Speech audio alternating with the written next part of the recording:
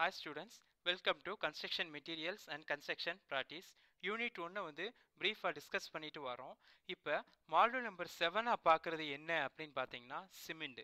சிமெண்ட்னா என்ன, அதோடைய இன்க்ரீடியன்ட்ஸ் என்ன, அதோடைய யூசஸ் என்ன, அதை எங்கெங்கெல்லாம் பயன்படுத்துகிறாங்க, அது என்னென்ன டெஸ்ட்டு, அதோடைய ஸ்டோரேஜ் என்னன்றதை இந்த இதில் பிரீஃபாக பார்க்கலாம். ஃபஸ்ட்டு சிமெண்ட்னா என்ன அப்படின்னு பார்த்தீங்கன்னா ஒரு பைண்டிங் மெட்டீரியல். சிமெண்ட்டை வந்து ஒரு காங்கிரீட்டுக்கும் மார்ட்டருக்கும் இம்பார்ட்டனான கட்டுமான துறையிலேயே மிகவும் இம்பார்ட்டனான பொருள் இருக்கிறது சிமெண்ட். ஒரு இம்பார்ட்டன்ட் பொருள் எதுக்காண்டி அப்படின்னு பார்த்தீங்கன்னா கட்டிட ஒர்க்கில் எந்த ஒரு ஒர்க் எடுத்துக்கிட்டாலும் அந்த ஒர்க்குக்கு வந்து சிமெண்ட் இல்லாமல் அந்த வேலையை வந்து கன்சிடர் பண்ணவே முடியாது.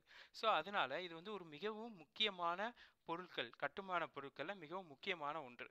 இது 2 டைப் ஆஃப் சிமெண்ட் இருக்குயா, நேச்சுரல் சிமெண்ட், ஆர்டிஃபிஷியல் சிமெண்ட்னு இருக்குது. இந்த நேச்சுரல் சிமெண்டில் என்னென்னலாம் பண்ணுறாங்க அப்படின்னு பார்த்தீங்கன்னா கல், களிமண், சுண்ணாம்பு, கார்பனேட், மக்னீசியம் இதெல்லாம் சுட்டு ஒரு பொடியாக்கி ஒரு சிமெண்ட் மேக் பண்ணாங்க அப்படின்னா அது வந்து நேச்சுரல் சிமெண்ட் ஆர் ரோமன் சிமெண்ட்னு சொல்லலாம். அதே இது சுண்ணாம்பையும் மணலையும் அதிக வெப்பநிலையில் சுட்டு ஜிப்சம் கலந்து பொடியாக்கி அதை பயன்படுத்தணும் அப்படின்னா அது வந்து ஆர்டிஃபிஷியல் சிமெண்ட்னு சொல்லலாங்க. இந்த சிமெண்ட்ல என்னென்ன இன்க்ரீடியன்ட்ஸ் என்னென்ன ஃபங்க்ஷன்ஸ் பண்ணுது அப்படின்னு பார்த்தீங்கன்னா ஃபர்ஸ்ட் ஒன் லைம். லைமுங்கிறது வந்து மிகவும் முக்கியமான பகுதி பொருளுங்க. சிமெண்டில் மிகவும் முக்கியமாக இருக்கக்கூடியதில் ஃபஸ்ட்டு பார்ட்டாக இருக்கிறது லைமு. இது எதுக்காண்டி இம்பார்ட்டண்டாக இருக்குது அப்படின்னு பார்த்தீங்கன்னா சிமெண்ட்டுக்கு பலத்தையும் ஒட்டும் தன்மை, அதாவது ஒரு பைண்டிங் ப்ராப்பர்ட்டி கொடுக்கறதே இந்த லைம் தான். சிலிக்கா, சிலிக்காங்கிறது செகண்ட் பொசிஷனில் 22% இருக்குங்க. இது எதுக்காண்டி அப்படின்னு பார்த்தோம் அப்படின்னா சிமெண்ட்டுக்கு ஸ்ட்ரென்த்தை அதிகரிக்குது, அதே சமயத்தில் செட்டிங் டைமையும் அதிகரிக்கிறதுக்காண்டி சிலிக்கா வந்து ஆட் பண்ணுறோம். அலுமினா, அலுமினாங்கிறது என்ன பண்ணுது அப்படின்னா சிமெண்டோட இருக்கும் தன்மை, சிமெண்ட் உடனடியாக இருக்குது பார்த்தீங்களா, அந்த தன்மையை கொடுக்கறதுக்கான காரணமே அலுமினா மட்டும்தான். இது விரைவில் கடினமாறதையும் தடுக்குது. ஆனால் என்ன பண்ணுது, இறுக்கம் அடையும் தன்மை கொடுக்குது, பட் ஆனால் உடனடியாக கடினமாகிற தன்மையையும் இது வந்து கொடுக்கல. Until then calcium sulphate. Calcium sulphate வந்து என்ன அப்படின்னு பார்த்தோம்னா இது ஒரு ஜிப்சம்ங்க. இந்த ஜிப்சம் வந்து இருக ஆரம்பிக்குது பார்த்தீங்களா, இருக்கிற டைமிங்கை வந்து அதாவது இனிஷியல் செட்டிங் டைமை வந்து ரெடியூஸ், அதாவது அதிகரிக்க செய்யுதுங்க. தாமதிக்க செய்யுதுனாலும் சரி, அதிகரிக்க செய்கிறதுனாலும் இந்த கால்சியம் சல்பேட் தாங்க. அயன் ஆக்சைடு, இது வந்து சிமெண்ட்டுக்கு வந்து பர்ஃபெக்டான கலரை வந்து கொடுக்கறது வந்து அயன் ஆக்சைடுங்க. மெக்னீஷியம், மெக்னீஷியம் வந்து சிமெண்ட்டுக்கு பலத்தையும் கடினத்தன்மையும் கொடுக்குதுங்க. சல்ஃபர், சல்ஃபர் வந்து என்ன பண்ணுது அப்படின்னு பார்த்தீங்கன்னா இது குறைந்த அளவில் இருக்கணும். குறைந்த அளவில் இருந்துச்சுன்னா சிமெண்ட் வந்து பலம் அதிகமாக இருக்கும். இதே இது அதிகமாக இருந்துச்சு அப்படின்னா சிமெண்ட் வந்து பலமே இல்லாததா மாறிடும். அல்கைட்ஸ், அல்கைட்ஸை பொறுத்தளவு இது வந்து நிறம் மாற்றம் ஏற்படாமல் இருக்கணுங்கிறதுக்காண்டி பயன்படுத்துறதாங்க. இது வந்து அதிகமாக பயன்படுத்தக்கூடாது, ஸ்மால் அமௌண்ட்டில் இருந்தாலே போதுமானது. டைப்ஸ் ஆஃப் சிமெண்ட், இந்த டைப்ஸ் ஆஃப் சிமெண்ட்ஸில் ஒரு 10 வகையான சிமெண்ட்ஸ் இருக்குதுங்க. அது என்னென்ன அப்படின்னு பார்த்தீங்கன்னா first ordinary Portland cement. Total cement உற்பத்தியில் 90% ஆஃப் ஓபிசி சிமெண்ட்ஸ் தான் பயன்படுத்துகிறாங்க. எதுக்காண்டி அப்படின்னு பார்த்தீங்கன்னா மக்கள் நடைமுறையில் எல்லா விதமான கட்டிடத்துக்கும் பயன்படுத்துறது ஓபிசி சிமெண்ட் தாங்க. அடுத்து ரேபிட் ஹார்டனிங் சிமெண்ட், விரைவில் கடினமடையும் சிமெண்ட், இது பேர் துரிதமாக கடினமாகும் சிமெண்ட். இதை எங்கே பயன்படுத்துகிறாங்க அப்படின்னு பார்த்தோம் அப்படின்னா இது இனிஷியல் செட்டிங் டைமும் ஃபைனல் செட்டிங் டைமும் சைமல்டேனியஸாக நடக்கிறதுனால இது வந்து ரேபிட் ஹார்டனிங் சிமெண்ட்டு. இது வந்து மழை அதிகமாக பெய்யக்கூடிய இடங்கள், கடலுக்கடியில் அந்த மாதிரியான இடங்களில் இதை பயன்படுத்தலாம். சல்ஃபேட் ரெசிஸ்டிங் சிமெண்ட்டும், குயிக் செட்டிங் சிமெண்ட்டும், சூப்பர் சல்ஃபேட் சிமெண்ட்டும், போர்ட்லேண்ட் பொசலானா சிமெண்ட், இந்த 4 டைப்ஸ் ஆஃப் சிமெண்ட்டும் கடலுக்கு அடியில் நடத்தக்கூடிய அனைத்து கட்டுமானங்கள்லையும் பயன்படுத்தக்கூடிய ஒன்று. எதுக்காண்டி இதை அங்கே பயன்படுத்துகிறாங்க அப்படின்னா சால்ட் ரெசிஸ்டன்ஸ், ஏற்கனவே சீல வந்து சால்ட்டு கண்டது அதிகமாக இருக்கிறதுனால இங்கே வந்து சல்ஃபேட் ரெசிஸ்டிங்காகவும் சூப்பர் சல்ஃபேட் ரெசிஸ்டிங்காகவும் போர்ட்லேண்ட் பொசலானாகவும் இருக்கிறதுனால இது வந்து கடலுக்கு அடியில் ஒரு ஸ்ட்ரென்த்தனாகவும் அழகான மெட்டீரியலாக கிடைக்கிறதுக்கும் இது வந்து உதவுது. அப்புறம் ஒயிட் சிமெண்ட்டுங்க. ஒயிட் சிமெண்ட்டில் என்ன பண்ணுறாங்க அப்படின்னு பார்த்தோம்னா அயன் ஆக்சைடையும் குரோமியம் ஆக்சைடும் இல்லாமல் சாதாரணமாக ஒரு சிமெண்ட் தயாரிக்கிறாங்க.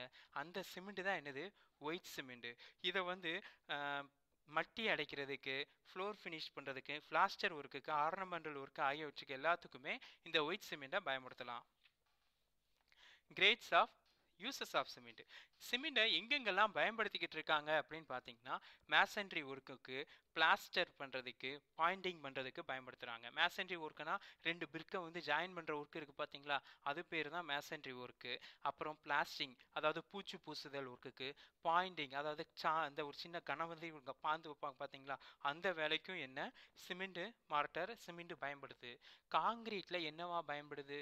காங்கிரீட் பண்ணுற ஃப்ளோருக்கு காங்கிரீட் அமைக்கிறதுலையும், ரூஃபுக்கு காங்கிரீட் அமைக்கிறதையும், lintel, beam, weathering shed, stairs, pillars போன்ற இடங்களை எல்லா இடத்துலையும் சிமெண்ட் வந்து ஒரு முக்கிய பங்காக வகிக்குது. இன்ஜினியரிங் ஸ்ட்ரக்சரில் என்னென்ன பில்டிங் ஸ்ட்ரக்சர் மேக் பண்ணுறோமோ அந்த பிரிட்ஜஸ், கல்வெட்ஸ், டேம்ஸ், டனல்ஸ், ரிசர்வாயர், லைட் ஹவுஸ், டெக்கிள்ஸ் உள்ளிட்ட நம்ம நார்மரி பில்டிங்லேருந்து அனைத்து விதமான பில்டிங்ஸ்லையும் சிமெண்ட் வந்து ஒரு முக்கியமான பங்கு வகிக்குதுங்க. Grades of cement. என்னென்ன கிரேட்ஸில் சிமெண்ட்ஸ் இருக்குது அப்படின்னு பார்த்தீங்கன்னா, 33 grade, 43 grade, 53 grade. Easily available cement nowadays பார்த்தீங்கன்னா கிரேடு வந்து 43. Storage of cement. ஒரு சிமெண்ட்டை எப்படி வந்து ஸ்டோரேஜ் பண்ணணும் அப்படின்னு பார்த்தீங்க அப்படின்னா, ஒன்றுமே இல்லை, சிமெண்ட்டை ஒரு காற்று உட்புகாத ஒரு ரூமில் வைக்கணுங்க. ஃபர்ஸ்ட் ஆஃப் ஆல் செவத்தை ஒட்டி வைக்கக்கூடாது. ஒரு சிமெண்ட் மூளைக்கும் இன்னொரு சிமெண்ட் மூளைக்கும் நிறைய கேப் விட்டுறக்கூடாது, நெருக்கமாக வைக்கணும். அதுவும் இல்லாமல் ஃபஸ்ட்டு ஒரு பிளாட்ஃபார்ம், அதாவது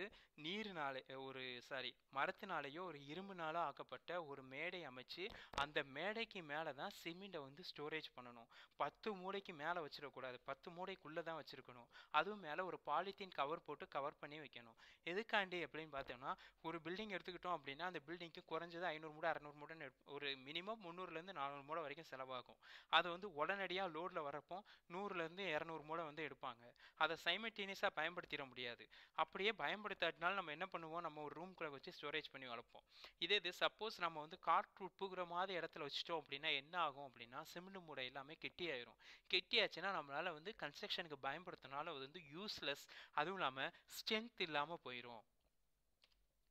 டெஸ்டஸ் அண்ட் சிமெண்ட். என்னென்ன டெஸ்டஸ் வந்து கண்டக்ட் பண்ணுறாங்க அப்படின்னு பார்த்தீங்கன்னா, 2 டைப் ஆஃப் டெஸ்ட் இருக்குது. Field test, laboratory test. Field டெஸ்ட்டில் என்னென்னலாம் பண்ணலாம் அப்படின்னு பார்த்தீங்கன்னா, சிமெண்டோட கலரு, என்னென்ன ஃபிசிக்கல் ப்ராப்பர்ட்டிஸ் இருக்குது, லம்ப்ஸ் எதுவும் இருக்கா, ஸ்ட்ரென்த் என்ன இருக்குது அப்படின்றத ஃபீல்டில் கண்டுபிடிக்கலாம். லெபார்ட்டரி டெஸ்ட்டில் என்னென்னலாம் கண்டுபிடிக்கலாம் அப்படின்னு பார்த்தீங்கன்னா, கெமிக்கல் காம்போசிஷன், என்னென்ன கெமிக்கல் கூட்டுப்பொருட்கள் அதில் இருக்குது, ஃபைனஸ் என்ன, கம்ப்ரெசிவ் ஸ்ட்ரென்த் என்ன, டென்சில் ஸ்ட்ரென்த் என்ன, கன்சிஸ்டன்சி என்ன, செட்டிங் டைம்ஸ் என்ன, சவுண்ட்னஸ் என்னன்றதை எல்லாத்தையும் இந்த லெபார்ட்டரி டெஸ்ட் மூலமாக கண்டுபிடிக்கலாம். அப்ஜெக்டிவ், எந்த இதுக்காண்டி இந்த டெஸ்ட் எல்லாம் கண்டக்ட் பண்ணுறாங்க அப்படின்னு பார்த்தீங்கன்னா, ஃபைனஸ் டெஸ்ட்டு.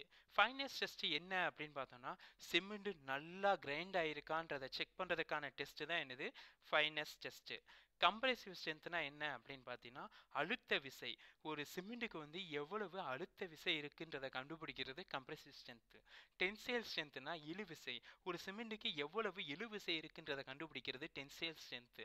கன்சிஸ்டன்சி டெஸ்ட் அப்படின்னா, ஒரு சிமெண்ட் வந்து எவ்வளவு நீரை வந்து ஆக்குபை பண்ணுது, அதாவது நீரை வந்து எவ்வளவு நீர் கலந்தா சிமெண்ட் பேஸ்டா மாறுது அப்படின்றத கண்டுபிடிக்கிறதுக்கான பயன்படுது consistency test. Setting time of cement என்ன அப்படின்னு பார்த்தீங்கன்னா, இறுகு நிலை, ஆரம்பத்தில் எவ்வளோ இருக்குது, இறுதியில் எவ்வளோ இருக்குது, initial and final setting time என்னன்றதை கண்டுபிடிக்கிறதுக்காண்டி பயன்படுத்துறது setting time of cement. Soundness test.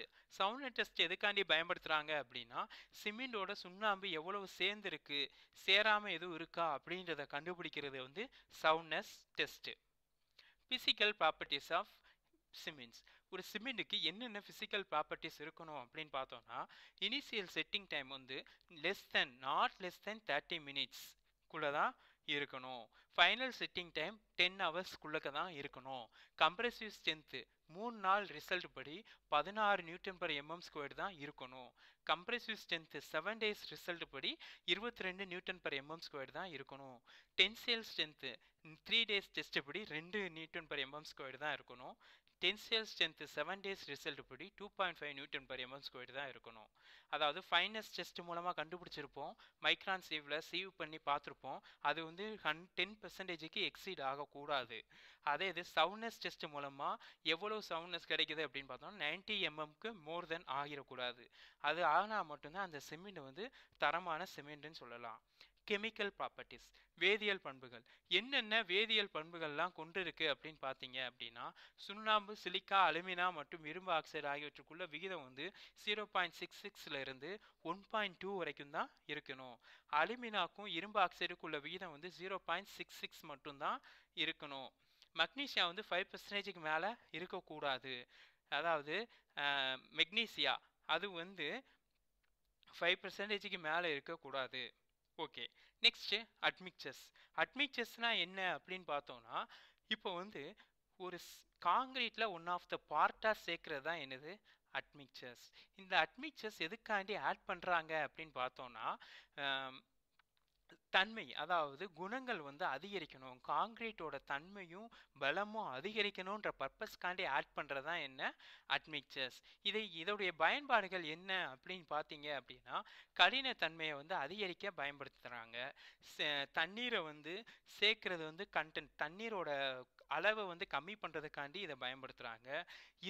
இருகும் பார்த்தீங்களா, சிமெண்ட் வந்து பூசினதுக்கு அப்புறமா இருகிறப்போ ஏற்படக்கூடிய கிராக் ஃபார்மேஷன் ஆகிறத வந்து தடுக்கிறதுக்காண்டி பயன்படுத்துகிறாங்க. தேவையான நிறத்தை நம்ம என்ன தேவையான பர்பஸ்க்காண்டி என்ன இதுக்காண்டி நம்ம வந்து இந்த கலரிங் கொடுக்கணும்னு நினைக்கிறோமோ அந்த கலரை மெயின்டைன் பண்ணுறதுக்கு பயன்படுத்துகிறாங்க. அந்த கெமிக்கல்னால பாதிப்படையாத வண்ணம் அதை பயன்படுத்துகிறாங்க. நீரோட கலக்கும்போது வெப்பம் வெளியேறதை வந்து இது வந்து ரெடியூஸ் பண்ணுறதுனால அட்மிக்சர்ஸை இந்த மெட்டீரியலில் சிமெண்ட் கூட ஆட் பண்ணுறாங்க. சிமெண்டோட கன்ஸ்ட்ரக்ஷனில் காங்கிரீட்டில் பயன்படுத்தலாம். Thank you students. சிமெண்ட்னா என்ன, அது என்ன டைப் ஆஃப் சிமெண்ட்ஸு, என்னென்ன மெட்டீரியல்ஸ் பயன்படுத்துகிறாங்கன்றதை ப்ரீஃபாக பார்த்தோம். நெக்ஸ்ட்டு டாபிக்ஸில் பார்ப்போம். தேங்க்யூ.